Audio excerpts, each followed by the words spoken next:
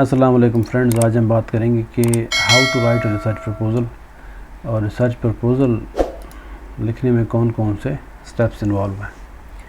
तो सबसे पहले हम देखते हैं कि रिसर्च प्रपोज़ल में कौन कौन से स्टेप्स इन्वॉल्व हैं। उससे पहले हम डिफ़ाइन करेंगे कि रिसर्च प्रपोज़ल है क्या। Research proposal is document that outlines the plan research project in detail.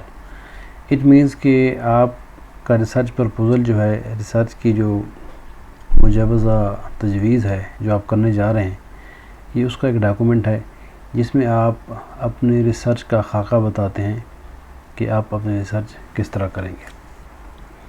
आइए देखते हैं इसमें कौन कौन से स्टेप्स इन्वॉल्व हैं। उसके बाद हम इसको तफसील से डिस्कस करेंगे कि कैसे हम रिसर्च प्रपोज़ल को लिख सकते हैं। और साथ साथ मैं आपसे ये भी शेयर करूँगा, एक सैम्पल रिसर्च प्रपोज़ल भी मैं आपसे शेयर करूँगा। अगर आपको रिक्वायर्ड होगा तो मैं उसका सब्सक्रिप्शन में लिंक भी दे दूँगा, आप उसे मंगवा भी सकते हैं। तो इसके सिंपली हम कहें तो इसके 5 मेन स्टेप्स हैं, लेकिन अगर आप यहाँ पे स्टेप्स की बात करें तो वो 7 है।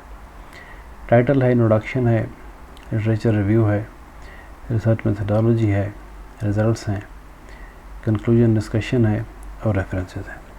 हम बारी बारी देखेंगे कि टाइटल से लेके रेफरेंस तक किसको कैसे लिखा जाए, और मैं आपको सैम्पल भी दिखाऊंगा कि हमने इसको कैसे लिखा हुआ है। और आखिर में हम बताएंगे कि हम इसमें रेफरेंस कैसे ऐड करते हैं। आमतौर पे मैं एंड नोट यूज़ करता हूँ, लोग डिफरेंट सॉफ्टवेयर यूज़ करते हैं, मेंडले भी करते हैं, जोटोरो भी करते हैं, और इसमें आप वो कन्वीनियंस और उसको यूज़ कर सकते हैं। तो सबसे पहले हम बात करें टाइटल की। जो रिसर्च प्रपोज़ल का टाइटल है वो कंसाइज होना चाहिए, बहुत ज़्यादा लेंथी नहीं होना चाहिए।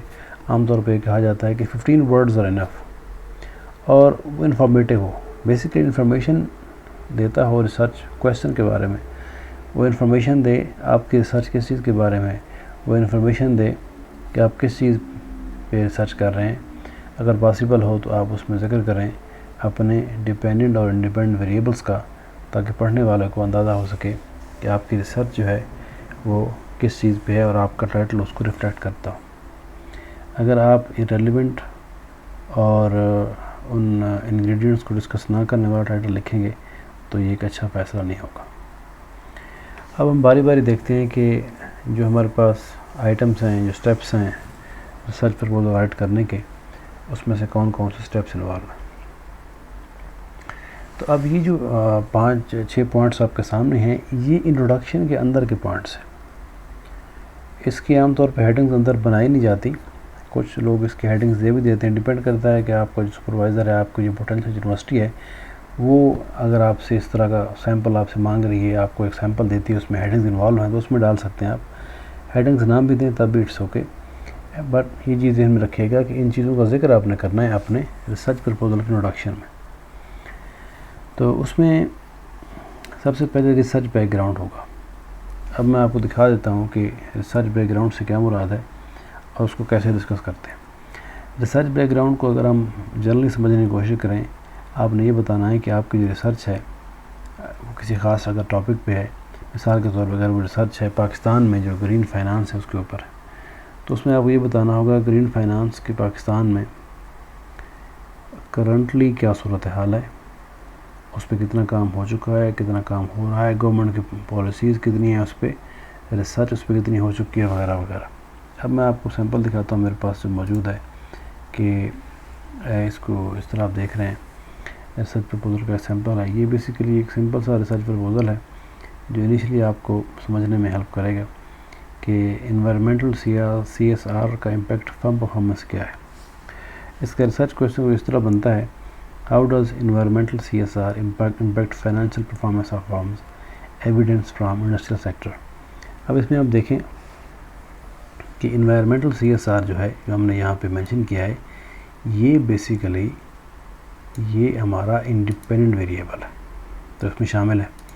और हमारा जो डिपेंडेंट वेरिएबल है, रिस्पांस वेरिएबल जो है, वो है फर्म की जो है ना फाइनेंशियल परफॉर्मेंस, वो भी यहाँ पे मेंशन है। तो पढ़ने वालों को इससे अंदाज़ा हो गया कि हमारा रिसर्च प्रपोज़ल का जो टाइटल है उसमें इस चीज़ के बारे में पढ़ा जाएगा और उसको एक बेसिकली तस्वीर मिल गई, एक इम्पैक्ट, एक इमेज मिल गया। अगला पार्ट जो है वो ये बता रहा है कि ये बेसिकली इंडस्ट्रियल सेक्टर के बारे में उसको ये कवर कर रहा है, तो इसको आप समझने की ज़रूरत है। कुछ रिसर्च प्रपोजल में एब्स्ट्रैक्ट भी लिखते हैं, डिपेंड करता है आपकी यूनिवर्सिटी का फॉर्मेट क्या है।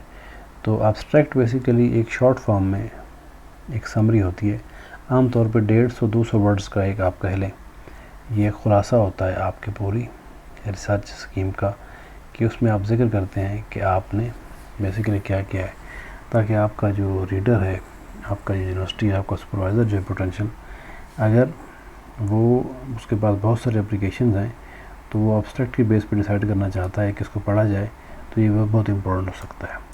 तो बेसिकली आपने देखा होगा शुरू में इसमें आपने बताया कि ये किस चीज़ के बारे में है, कि this investigation looks at the connection between independent variable and then dependent variable, तो ये इसके बारे में बताता है। एक और बात समझने की ज़रूरत है कि रिसर्च प्रपोजल में, रिसर्च पेपर में, थीसिस में और चीज़ों में फ़र्क क्या है।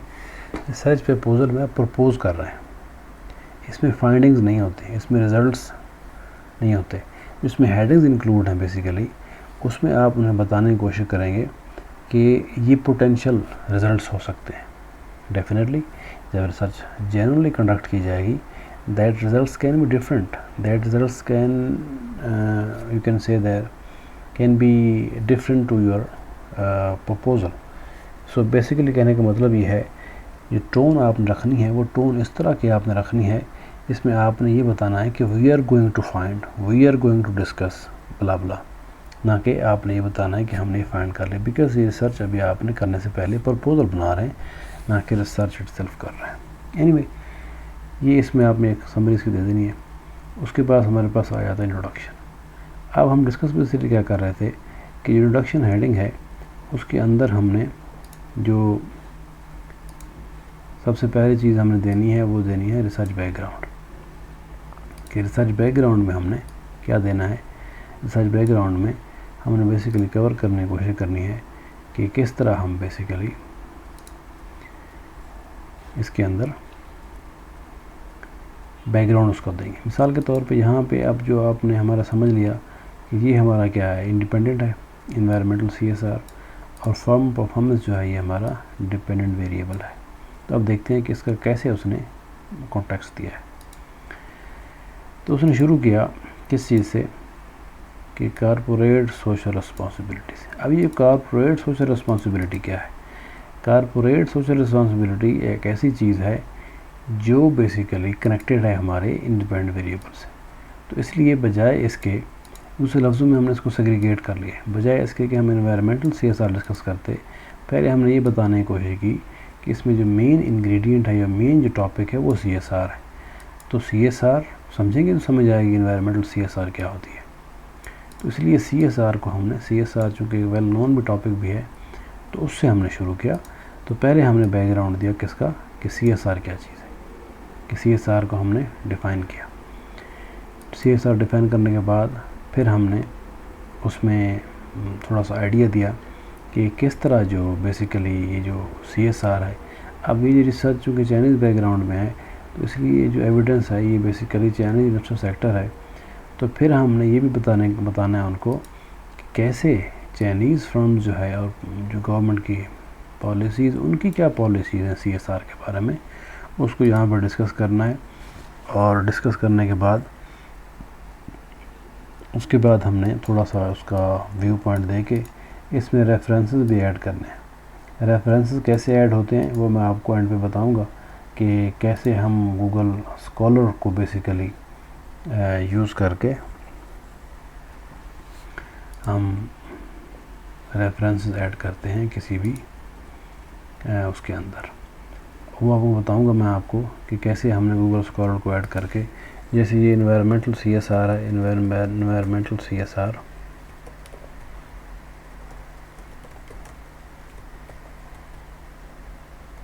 या चूँकि अगर हमने रेफरेंस देना है सिर्फ CSR का, तो फिर मैं CSR पे जाऊँगा।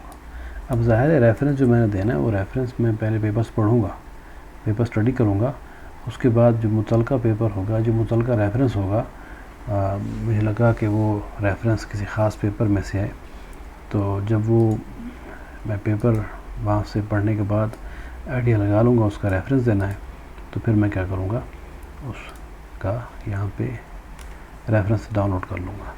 ये एंड पे मैं आपको दिखाऊंगा कि हमने इसको कैसे डाउनलोड करना है।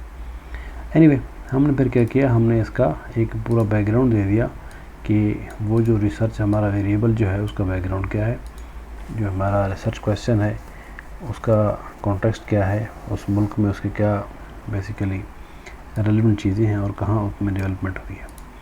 फिर इसी के अंदर हमने बयान करना है रिसर्च पर्पज़ का, कि रिसर्च पर्पज़ जो हमारा बेसिकली है वो हमारा पर्पज़ क्या है। अभी सारे उसने बैकग्राउंड दिया, डिस्कशन सारी यहाँ पे की हुई है कि ये कैसे हमने बेसिकली उस चीज़ को उसने बताया हुआ है कि CSR प्रैक्टिस के बारे में सारी तफसील बताई हुई है।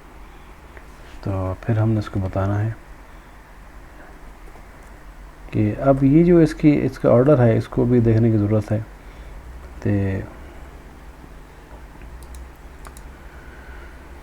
जी अब हमने क्या किया जी, अब हमने यहाँ पे आके इस रिसर्च का पर्पस बताना है। रिसर्च का पर्पस बताना है कि हम रिसर्च कर क्यों रहे हैं। ठीक है जी। The purpose of this study is to provide a more developed model by gauging factor CSR performance. ठीक है जी, बड़े सारे डिफरेंट तफसील हैं इसकी। तो बेसिकली हमने रिसर्च का फिर पर्पस बताना है। रिसर्च का पर्पस बताने के बाद अगला हमारा होगा कि रिसर्च की मोटिवेशन क्या है। जस्टिफिकेशन हम देंगे। जस्टिफिकेशन जैसे सूरत में हम देंगे, हम डिस्कस कर रहे हैं कि जो हमारा वेरिएबल है इंडिपेंडेंट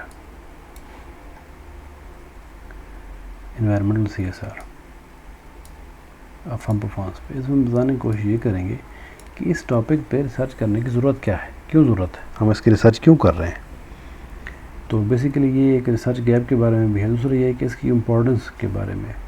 तो इसमें फिर हम बेसिकली डिस्कस करेंगे कि इस सारी तफसील के साथ बताएंगे कि मिसाल के तौर पे चाइनीज़ कॉन्टेक्स्ट में है तो एनवायरमेंटल CSR क्यों, मीन्स कि क्योंकि एनवायरनमेंट पॉल्यूट हो रहा है इंडस्ट्रियल सेक्टर की वजह से, उसकी वजह से ग्लोबल वार्मिंग हो रही है, क्लाइमेट चेंज हो रहा है, फ्लड्स आ रहे हैं और डिफरेंट जो है मसाइल पैदा हो रहे हैं।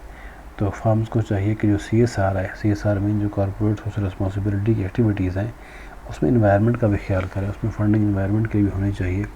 तो ये बेसिकली हम डिस्कस करेंगे और वजह बताएंगे कि हमारे रिसर्च को करने की वजह क्या है। फिर हम रिसर्च क्वेश्चन को मेंशन करेंगे। अब रिसर्च क्वेश्चन बेसिकली यहाँ पे हमारा जो है वो यही है कि ये हमारा रिसर्च क्वेश्चन ही है वैसे।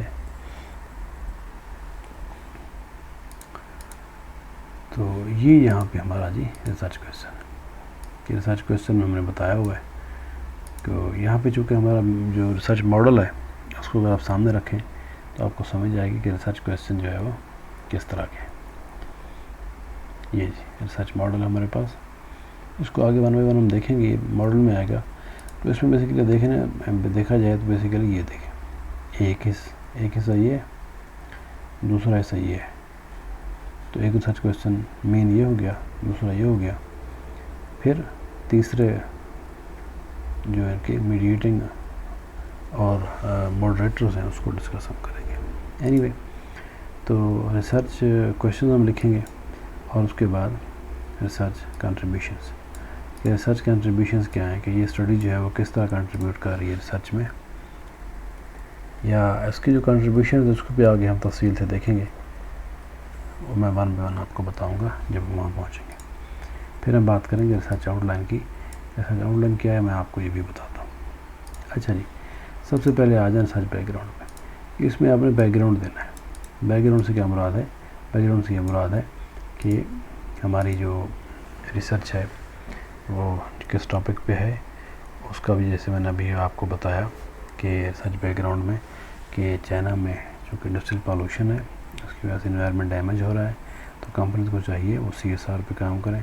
फिर हमने उसके रेफरेंस दिए, हमने उसके एविडेंस दिए और उसको हमने डिस्कस किया। ठीक हो गया। उसके बाद हम बात करेंगे, स्लाइड शो हम स्टार्ट कर लेते हैं। तो ये बैकग्राउंड हो गया। फिर हम रिसर्च पर्पस में हमने क्या लिखना है, रिसर्च पर्पस में हमने ये लिखना है कि आप एग्जांपल दी है कि objective of studies you want to study the influence of variable X and variable Y. यहाँ पे हमने देखा कि CSR जो इन्वायरमेंटल है वो हमारा वेरिएबल एक्स है, उसका क्या इम्पैक्ट है वेरिएबल वाई फार्म परफॉर्मेंस पे। तो हम बेसिकली हमारा मकसद ये है कि ये जो रिसर्च है, ये रिसर्च आज तक नहीं हुई, इस गैप को हमने फिल करना है। उसके बाद रिसर्च मोटिवेशन है कि क्यों ज़रूरत है। बेसिकली ये बताने की ज़रूरत है कि रिसर्च आप जो कर रहे हैं ये वाकई में बहुत अहम है। तो असल में होता ये है कि रिसर्च जो लोग करते हैं उनके लिए फंडिंग रिक्वायर्ड होती है। तो फंडिंग विन करने के लिए जो प्रपोज़ल आप देते हो, you have to convince people. ये रिसर्च बहुत इंपॉर्टेंट है, इससे आपको आपकी जो आप कह लें प्रोजेक्ट को फ़ायदा होगा। उसके बाद आपने बताना होता है कि इसकी जो यूज़फुलनेस है या इसकी सिग्निफिकेंस है वो क्या है, फ़ायदा क्या है।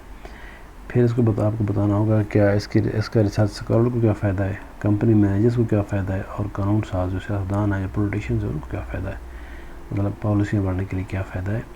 और फिर आपने बताना होगा कि रीजन जिसमें आप रिसर्च कर रहे हैं, चाइना में रिसर्च है या कहीं भी आप कर रहे हो, तो उसको उनको क्या फ़ायदा है। तो उसके बाद रिसर्च क्वेश्चन आप डिवाइस करता है। जैसे मैंने आपको दिखाया कि जो रिसर्च प्रपोजल आपका है, मैं आपको भी दिखाता हूँ, यहाँ बना हुआ है, ये उसका थ्योरेटिकल मॉडल है। तो ये डिफरेंट एरोज़ आपको नज़र आ रहे हैं, ये बेसिकली डिफरेंट रिसर्च क्वेश्चन है। एक्स का इससे क्या ताल्लुक़ है, इसका इससे क्या ताल्लुक़ है, एक्स का वाई से क्या ताल्लुक़ है, और ये मोटिवेटिंग वेरिएबल इसका इससे क्या ताल्लुक़ है। तो ये बेसिकली हमने रिसर्च क्वेश्चंस डिवाइस करने होते हैं। जैसे हमारे सूरत में क्या है, हमारे सूरत में रिसर्च क्वेश्चन क्या है वो मैं आपको दिखा देता हूँ। हमारी सूरत में रिसर्च क्वेश्चंस ये है।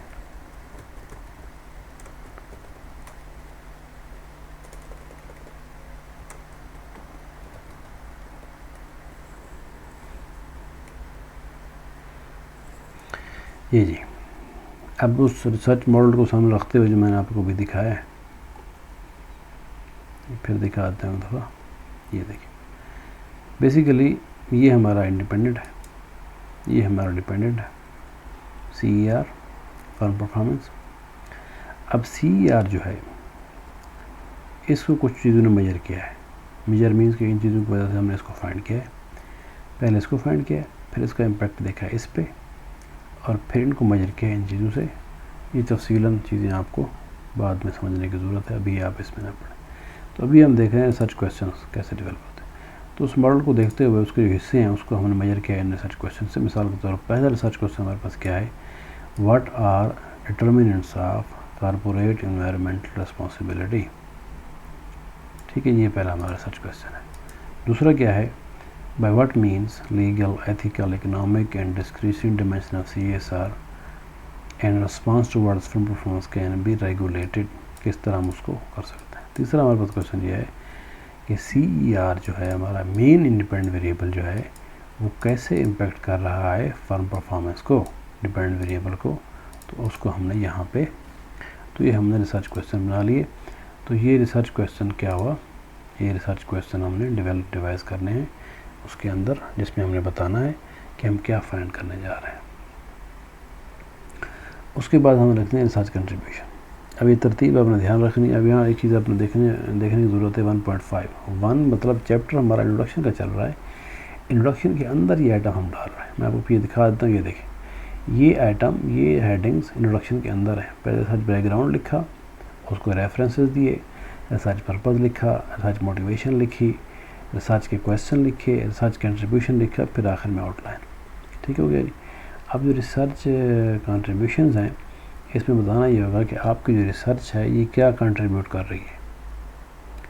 थियोरेटिकली थ्योरी में क्या कंट्रीब्यूट कर रही है, और एम्पिरिकली मीन के जो आपने एम्पिरिकल रिजल्ट्स लिए हैं। एम्पिरिकल रिजल्ट्स हम कहते हैं जो बेसिकली क्वांटिटेटिव रिजल्ट्स आपने लिए हैं, जो वैल्यूज़ आप लेंगे, तो उसमें रिजल्ट्स में आपने क्या कंट्रीब्यूट किया। बेसिकली बताने का मकसद ये है कि थियोरेटिकली कोई आपने नॉलेज में इजाफा किया, उस तरह किस तरह इस रिसर्च ने कंट्रीब्यूट किया। मिसाल के तौर पे we extend resource dependence theory by exploring the relationship between green innovation from performance. ठीक है जी। तो इस तरह हम बताएंगे कि किस तरह एनवायरमेंटल CSR जो है वो कंट्रीब्यूट करती है फॉर फाइनेंशियल परफॉर्मेंस को, ये हमने फाइंड किया। तो ये थियोरेटिकल कंट्रीब्यूशन है।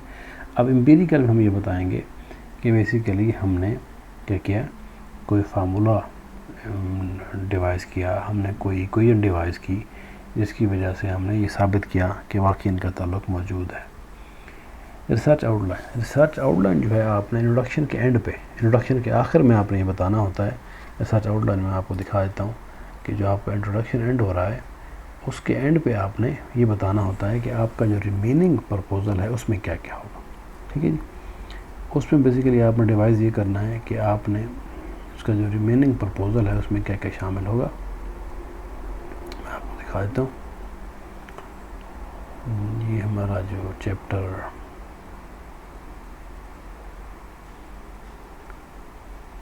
इंट्रोडक्शन के एंड पे, तो इसमें कोई इसकी आई थिंक गड़बड़ हो गई है सेटिंग्स की। Anyway I try to find it if I can find, otherwise I can show you here. ये है जनाब हमारा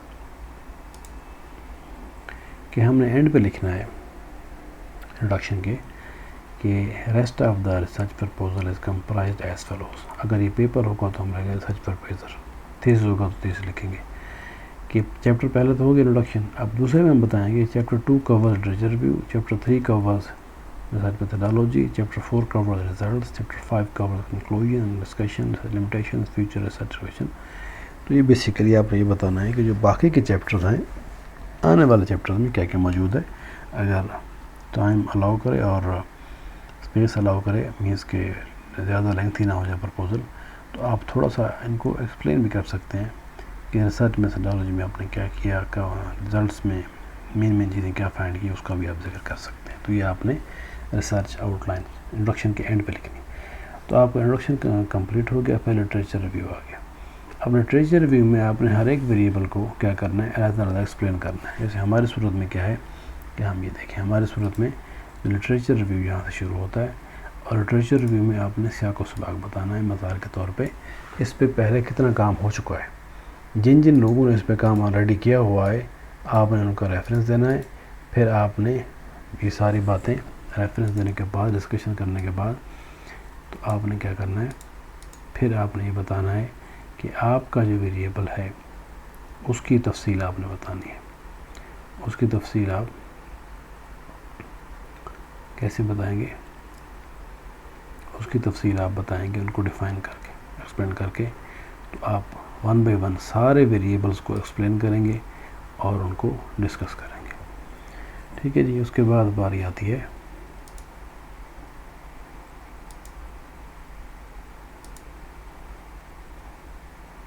अच्छा जी, क्या इशू हो गया मैं I have to from current slide. ठीक है जी, 1 बाय 1 डिस्कस कर ली। फिर आपका इसी के अंदर रिसर्च फ्रेमवर्क आता है जिसमें आपने ये बताना होता है। आजकल इसका एम्पिरिकल जो रिसर्च है, जो क्वांटिटेटिव रिसर्च है, अकाउंटिंग और फाइनेंस रिसर्च है, उसमें इसका दखल नहीं है ज़्यादा, लेकिन फिर भी अगर रिक्वायर्ड है तो भी मॉडल बना सकते हैं। इसमें आपने लिखा, जैसे हमने यहाँ भी बनाया हुआ है अपना,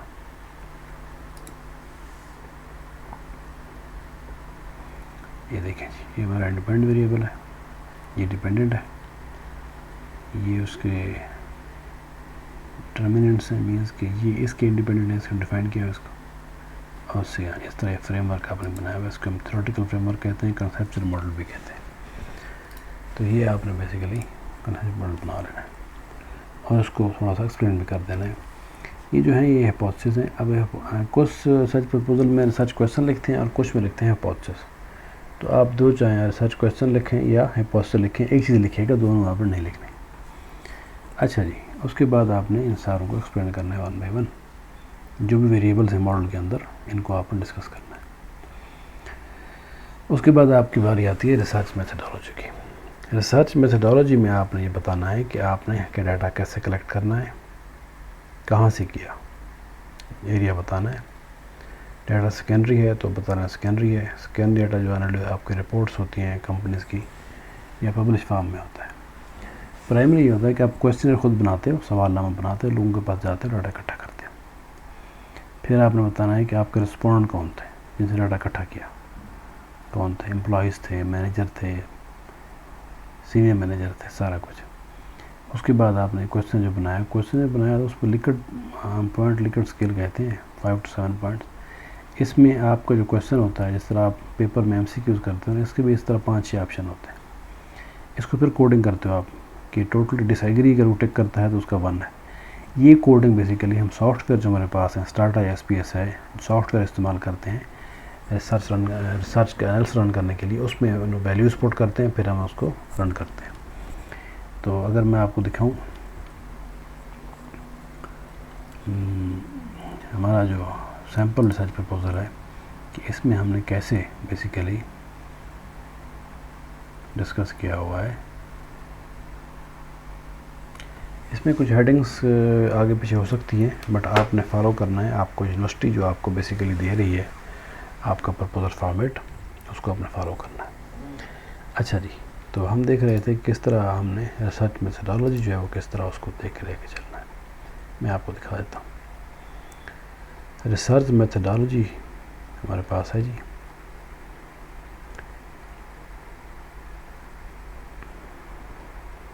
ये जी, थोड़ा सा आपने इंट्रो दिया वेरिएबल्स के बारे में, फिर आपने ज़्यादा लाइंस का नहीं, फिर आपने बताना है कि सैंपल कहाँ से लिया आपने। वो कहते हैं हमने सैंपल लिया, अब यहाँ पे चूँकि चाइनीज़ ऊपर है तो ये मैं इसको चाइना कर दूँगा, ठीक है जी। तो फिर आपने बताना है इसमें इंडिपेंडेंट वेरिएबल वैसे आमतौर पर लिटरेचर रिव्यू में डिस्कस करते हैं, लेकिन यहाँ पे आपने करना हो तो सिर्फ इस सेंस में करना है कि डाटा आपने कौन सा लिया है इसका, मतलब इंडिपेंडेंट वेरिएबल C या R इसको किस चीज़ से मेजर किया, ठीक है जी, ये आपने दिखाना है। अच्छा जी, फिर आपने बताना है इसमें डिपेंडेंट वेरिएबल कौन सा है, इसको कैसे मेजर किया, यहाँ पे लिखना है आपने। फिर आपने बताना है कि प्रॉब्लम आइडेंटिफिकेशन में, अच्छा ये चीज़ें बेसिकली ये जो रिसर्च प्रपोजल है ये थोड़ा सा ओल्ड है, तो इसका जो अपडेटेड वर्जन है वो मैं आपको नीचे लिंक में प्रोवाइड कर दूँगा, आप चेक कर सकते हैं। तो इस तरह आपने आपका जो रिसर्च मेथडोलॉजी है इसमें आपने चीज़ों को मेंशन करना है 1 बाय 1।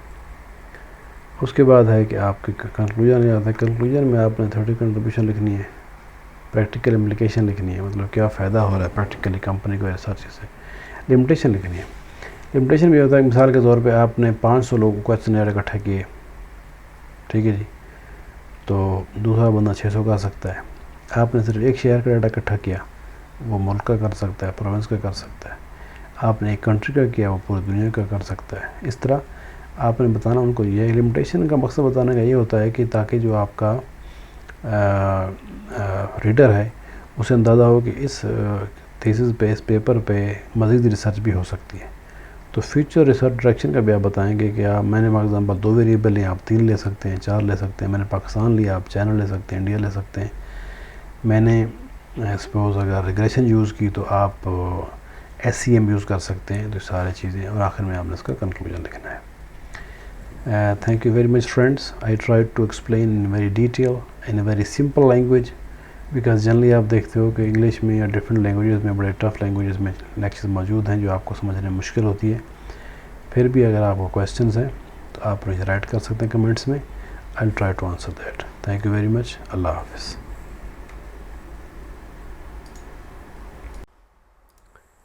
और जो आखिर में चीज़ हमने बतानी थी वो ये थी कि कैसे हम रेफरेंसेस को ऐड कर सकते हैं। तो ये हमारे पास फाइल है स्टूडेंट की।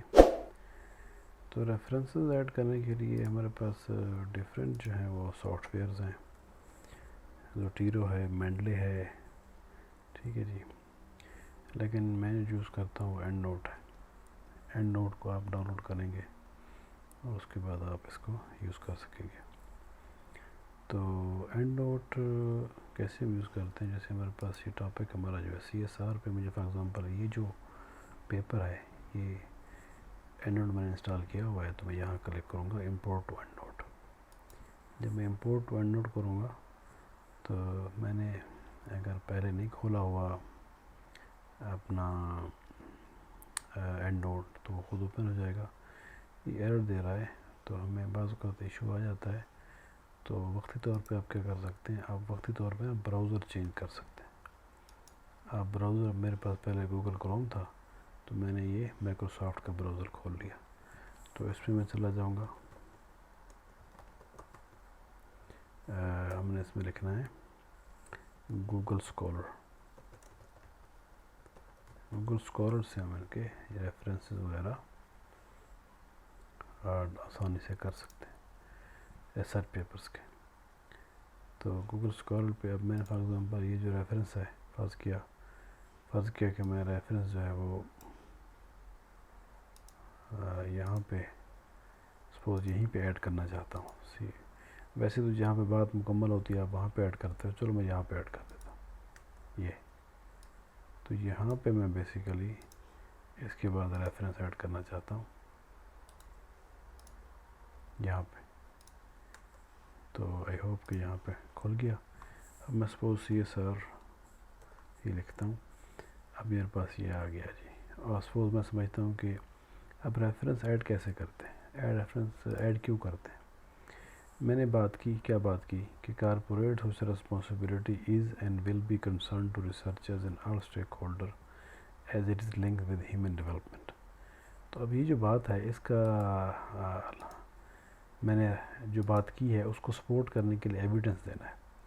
तो एविडेंस मैं कैसे दूंगा, एविडेंस मैं ये दूंगा कि इस फलाने इस फॉर एग्ज़ाम्पल ये जो बात है इस पेपर में मौजूद है इसमें। तो मैं कहूँगा कि ये जो पेपर है इसने भी यही बात की हुई है। अब मैं क्लिक करूँगा इसको import to EndNote, import to EndNote किया तो ये क्या हुआ, ये एंड नोट को खोल देगा डायरेक्टली। एंड नोट खुल गया।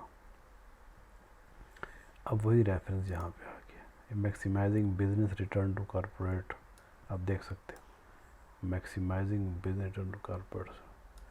आज जब ये यहाँ पे आ गया, यहाँ पे ये अनचेक होगा, मैं इसको सेलेक्ट करूँगा और जहाँ पे मैंने उसको रखना है वहाँ क्लिक करूँगा और मैं पुश करूँगा Alt+2। क्या करूँगा, Alt+2। तो उससे मेरा वो रेफरेंस यहाँ पे आ गया। अब ये रेफरेंस जो है मेरा यहाँ पे, इसको मुख्तलिफ़ शक्लों में मैं लिख सकता हूँ। फॉर एग्ज़ाम्पल मुझे अगर राइटर का नाम भी चाहिए, राइट क्लिक किया, edit citation, display as author and year, तो वो उसका देखें ना, ये देखिए उसका नाम आ गया, साथ में वो भी आ गया। तो इसकी डिफरेंट उसमें बाकी वो फॉर्मेटिंग जो रेफरेंस की स्टाइल्स हैं आप यहाँ पे चेंज कर सकते हैं, कौन सा चाहिए स्टाइल आपको। तो जैसे आप चेंज करेंगे उसके बाद रिफ्रेश करेंगे तो ये क्या होगा, चेंज हो जाएगा। तो इस तरह आप रेफरेंस ऐड कर सकते हैं। मिसाल के तौर पे मैं आपको ऐड करके देखता हूँ एक नए पेज पे, ताकि आपको समझने में आसानी हो। मैंने एक नई फ़ाइल खोल दी है और जैसे ही नई फ़ाइल ओपन होती है तो ये नई फ़ाइल मैं वहाँ पे आसानी के साथ, तो MS वर्ड की न्यू फाइल मैं खोल लेता हूँ। ये मेरे पास न्यू फाइल है जी MS वर्ड की, ठीक है जी। अब मैं फॉर एग्ज़ाम्पल वो रेफरेंस यहाँ पे Alt+2, क्या पुश करना है, Alt+2, Alt+2, ये जी Alt+2, ये मैंने कमांड देनी है। तो जैसे मैंने कमांड दी Alt+2 की, उससे दो काम होंगे। उससे एक काम ये होगा कि रेफरेंस आ जाएगा, इसका स्टाइल आप चेंज कर सकते हैं, ये देखिए।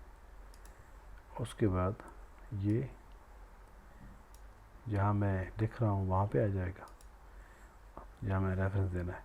और रेफरेंस का जो सेक्शन है, सबसे आखिर वाला जो सेक्शन है, कौन सा वाला अभी दिखाता हूँ मैं आपको।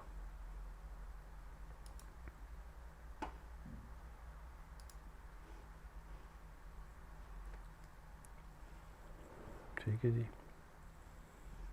तो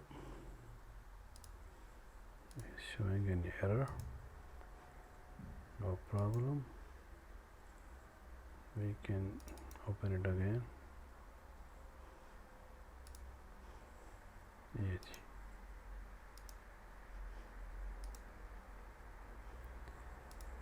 ये जो रेफरेंस का सेक्शन है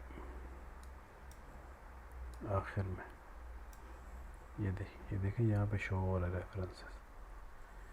तो वो बेसिकली दो काम करता है, एक ऊपर रेफरेंस डालता है और एक नीचे यहाँ पे डाल देता है।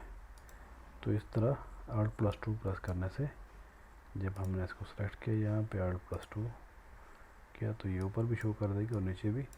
इस तरह आप रेफरेंस ऐड कर सकते हैं।